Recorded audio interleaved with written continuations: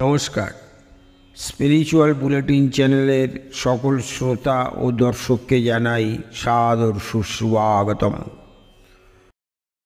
আমরা আলোচনা করেছিলাম যে ক্রুশবিদ্ধ হয়ে যীশুখ্রিস্ট মারা যাননি, তিনি চলে এসেছিলেন ভারতবর্ষে। প্রথম পর্ব। আজ দ্বিতীয় পর্ব।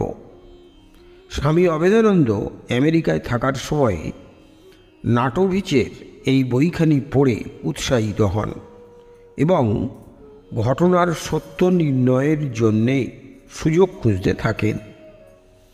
1921 সালে আমেরিকা থেকে ফিরেই 1922 সালের 14ই জুলাই বেলুড় মঠ থেকে যাত্রা শুরু করে কাশ্মীর ও তিব্বত ভ্রমণের উদ্দেশ্যে কাশী রামকৃষ্ণ মিশনে এসে ওঠেন। 17ই জুলাই সেখান থেকে কাশ্মীর চলে যান। কাশ্মীর ও তিব্বত নামক বইতে এই হেমিশ গুম্পা সম্পর্কে আছে। স্বামীজি এই মঠের অর্থাৎ স্বামী অভেদানন্দ এই মঠের লামাদের নিকট সন্ধান করিয়া জানিলেন ওই বিষয়টি সত্য। ওই বিষয়টি সত্য অর্থাৎ যীশুখ্রিস্ট ভারতে এসেছিলেন লাদাখে। ওই বিষয়টি যে পুস্তকে লিখিত রহিয়াছে তাহা স্বামীজি দেখিতে চাইলেন এবং বলা বাহুল্য প্রজ্ঞাপুরুষ স্বামী অভেদানন্দকে পুঁথিখানি দেখানো হয়। তিনি ওই লামার সাহায্য নিয়েই পুঁথির কিছু অংশ অনুবাদ করিয়ে নেন। যীশু ভারতে এসে কি করেছিলেন তা এই পুঁথিতে পুঙ্খানুপুঙ্খভাবে লিপিবদ্ধ হয়ে আছে। লামা অভেদানন্দজিকে এই কথাও বলেছিলেন যে যিশুর রিজারেকশনের পর গোপনে যিশু কাশ্মীর এসেছিলেন এবং বহু শিষ্য নিয়ে মঠে বাস করতেন। তার সাধু চরিত্রের জন্য দেশ দেশান্তর থেকে ভক্তরা তাকে দেখতে আসতেন এবং তার শিষ্যত্ব গ্রহণ করতেন। এই পুঁথির প্রামাণিকতা কি? যিশুর সমসাময়িককালে যেসব তিব্বতবাসী তাকে সচক্ষে দেখেছিলেন এবং রোম সাম্রাজ্যের যেসব সদাগর তাকে ক্রুশবিদ্ধ হতে দেখেছিলেন, তাদের মুখে যিশু বৃত্তান্ত শুনে তাঁর মৃত্যুর 3-4 বছর পরে মূল পুঁথিখানি পালি ভাষায় লিখিত হয়েছিল। এই পুঁথিতেই যিশুর মুখনিসৃত বাণীও লিপিবদ্ধ করা আছে। নাটোভিচ বলেছেন বাইবেলের সঙ্গে তার মিলও আছে। এরই এক জায়গায় রয়েছে, ইসরায়েল বংশধর ইহুদিরা যে ভীষণ পাপকার্য করিয়াছে তা জানিয়া পৃথিবী কম্পিত হইল এবং দেবগণ সর্বলোক হইতে অশ্রুপাত করিতে লাগিলেন। অথবা এই সংবাদ ইসরায়েল দেশীয় বণিকগণ এদেশে আসিয়া এইরূপ করিয়াছে এবং ইসরায়েলের দেশে এক অপূর্ব শিশুরূপ অবতীর্ণ হইলেন। এই শিশুর মুখ দিয়া জগদীশ্বর দেহের অনিত্যতা ও আত্মার মহিমা বলিতে লাগিলেন। আহমেদিয়া ধর্ম সম্প্রদায় এখনও পর্যন্ত মনে করে যে ঈশা অর্থাৎ যিশু ক্রুশবিদ্ধ হয়ে মৃত্যুবরণ করেননি।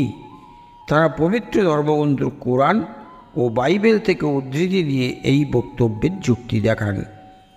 তারা অত্যন্ত দৃঢ়তার সঙ্গে এমন কথাও বলেছেন, যিশু ক্রুশে মৃত্যুবরণ করেননি, তিনি অশেষ যন্ত্রণায় অজ্ঞান ও মৃতপ্রায় হয়ে পড়েন। প্রায় 6 ঘন্টা ক্রুশে থাকার পর তার প্রিয় শিষ্যরা গোপনে তাকে নামিয়ে নিয়ে আসেন। গুহার ভিতর সুস্থ হবার পর শিষ্যদের সঙ্গে মিলিত হলেন তিনি অর্থাৎ যিশু। অতঃপর বেরিয়ে পড়লেন নিজ উপজাতির খোঁজে।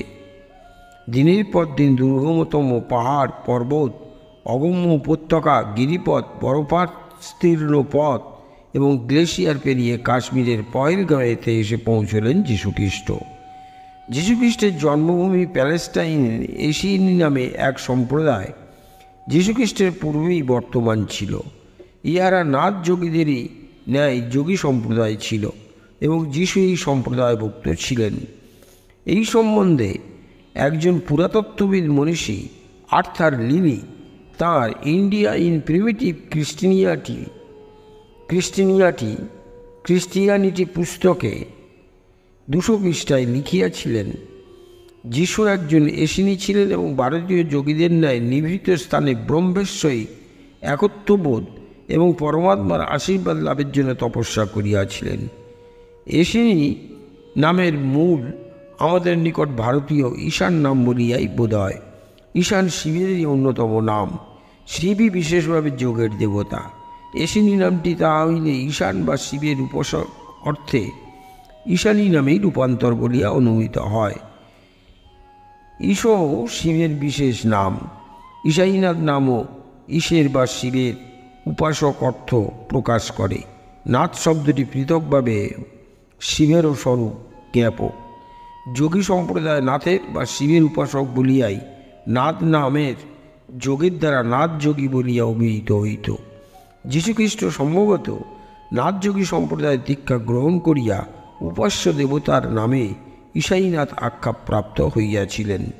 প্যালেস্টাইনে ঈশানী যোগী সম্প্রদায় থাকিলেও সেই সম্প্রদায়ের মূল স্থানে বিশেষ রূপ শিক্ষার জন্য যীশুখ্রিস্ট ভারতবর্ষে এসেছিলেন। মূল গ্রন্থ মন ও মানুষ, প্রথম খণ্ড। সকলে খুব ভালো থাকুন, আনন্দে থাকুন। নমস্কার, ধন্যবাদ।